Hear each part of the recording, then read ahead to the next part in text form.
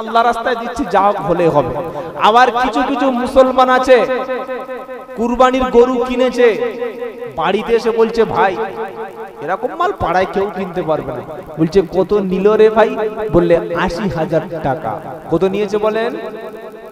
জোরে বলেন। ৮০,০০০ টাকা।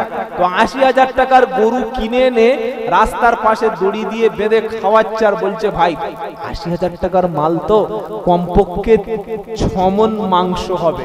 কমন ৬ মণ মাংস হবে। তো লাভ হবে না লস হবে রে ভাই? আরেকজন বলছে লাভ লস না, তোর গরুটা কেন লাভ হয়ে গেছে ভাই, ৮০,০০০ টাকা ৬ মণ মাংস পাচ্ছি তো বিশাল লাভ হয়ে গেছে। হারুনের বাপ ওই ৯০,০০০ টাকার মাল কিনেছে, ৩ মণ গোশত, তোরটা ৪ মণ ৫ মণ হবে, বিশাল লাভ হয়ে গেছে।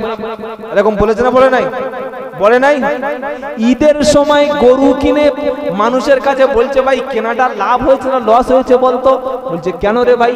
বললে মাংসটা ঈদের দিনে জবাই করে ওজন করবি, যদি দেখিস যে ২০,০০০ টাকা বা ৩০,০০০ টাকার গরু ১ কুইন্টাল ১.৫ কুইন্টালের উপরে বেশি হচ্ছে, তখন মাংসর বাজার দর হিসেব করে দেখবি তোর লাভ হয়েছে।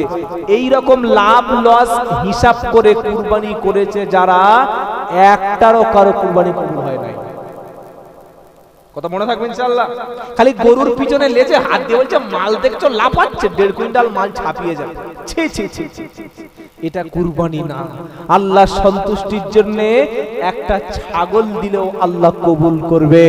আল্লাহ সন্তুষ্টির জন্য একটা ছাগল দিলে আল্লাহ কবুল করবে। আর মানুষকে দেখানোর জন্য ৫০০ গরু দিলে দেখানো আল্লাহ কবুল করবে।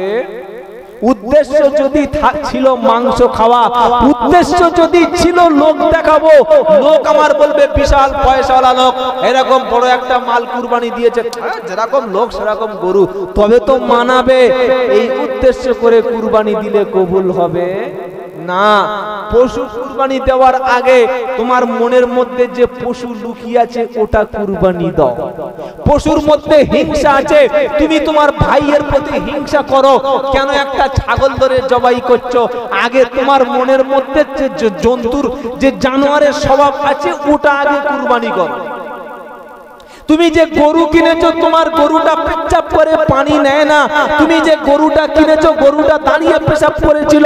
তুমি কুরবানির গরু কিনে আনার পরে কুরবানি পর্যন্ত তোমার উচিত ছিল তওবা করে ফিরে এসে পবিত্র হয়ে ওযু গোসল করে নামাজ পড়তে যাওয়া।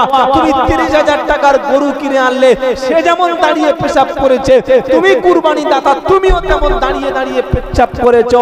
ওই গরুটা কুরবানি দেওয়ার আগে তুমি গরুটার আগে কুরবানি হওয়ার দরকার ছিল। ও গরু আর তোমার গরু পার্থক্যটা কি?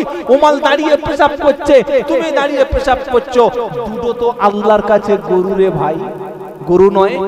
ও পায়খানা করছে, তুমিও পায়খানা করছো। ও রাত্রিবেলা নামাজ পড়ছে না, কারণ সে জানোয়ার, সে গরু। তুমি বেনামাজি হয়ে শুয়ে পড়েছো, শুধু খামোকা একটা পশু দিয়েছো কেন? ওর দুটো শিং আছে, ও দুর্বল কাউকে দেখলে তেড়ে যায়। ওর শিং আছে, দুর্বল কাউকে দিলে ঘুতিয়ে যায়। তোমারও মাথায় শক্তি আছে, শরীরে ক্ষমতা আছে, দুর্বল শরীর প্রতি তুমি নিষ্ঠুরতা, নির্মমতা, অসভ্যতা, নোংরামি দেখিয়েছো।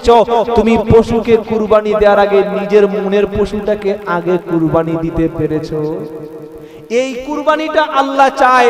আল্লাহ আমরা কি করেছি? খোঁড়া মাল চলবে না, শিং ভাঙা চলবে না, চোখ কানা চলবে না। কেন চলবে না? মৌলবীরা বলেছে শিং ভাঙা, খোঁড়া, চোখ কানা, দাঁত নাই, এসব মাল দিলে কবুল হবে না। মৌলবীরা বলেছে না বলে নাই? বলেছে, বলেছে। আচ্ছা, খোঁড়া, শিং ভাঙা, লেজ কাটা, কান কাটা মাল কুরবানি দিলে যদি না চলে, তুমি পশুর শরীরে খুঁত দেখলে, কারণ ওর শরীরে খুঁত থাকলে কুরবানি কবুল হবে না। তোমার শরীরে কত জায়গায় খুঁত আছে তুমি দেখেছো? তুমি এখনো মিথ্যা বলো, তুমি এখনো নামাজ ধরোনি, তুমি এখনো মদ খাও, তুমি এখনো বাড়িতে বিবি রেখে অন্য মেয়ের সাথে তুমি সম্পর্ক রেখেছো, এখনো তুমি গরিবকে ঠকাও। পশুটা যদি খোঁড়া হলে কুরবানি না হয়, তুমি নামাজ পড়ছো না, তোমার এখনো মিথ্যা কথা বলা অভ্যাস যায়নি। পশুটা নিখুঁত করে তুমি কুরবানি দিলে, তুমি কবে নিজেকে নিখুঁত করে আল্লাহর কাছে ধরা দেবে বলো? আল্লাহ তোমাকে নিখুঁত ভাবে দেখতে চায়। কেমন ভাবে? কুল ইন্না